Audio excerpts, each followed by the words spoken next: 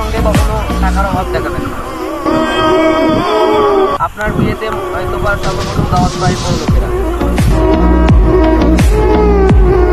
পরে বিনা দাওয়াতে আপনার কবর খুঁজতে আসে ওই গরিবেরাই।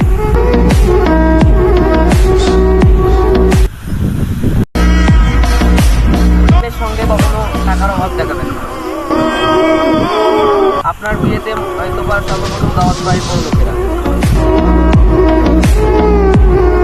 পরে বিনা দাওয়াতে আপনার কবর খুঁজতে আসে ওই গরিবেরাই।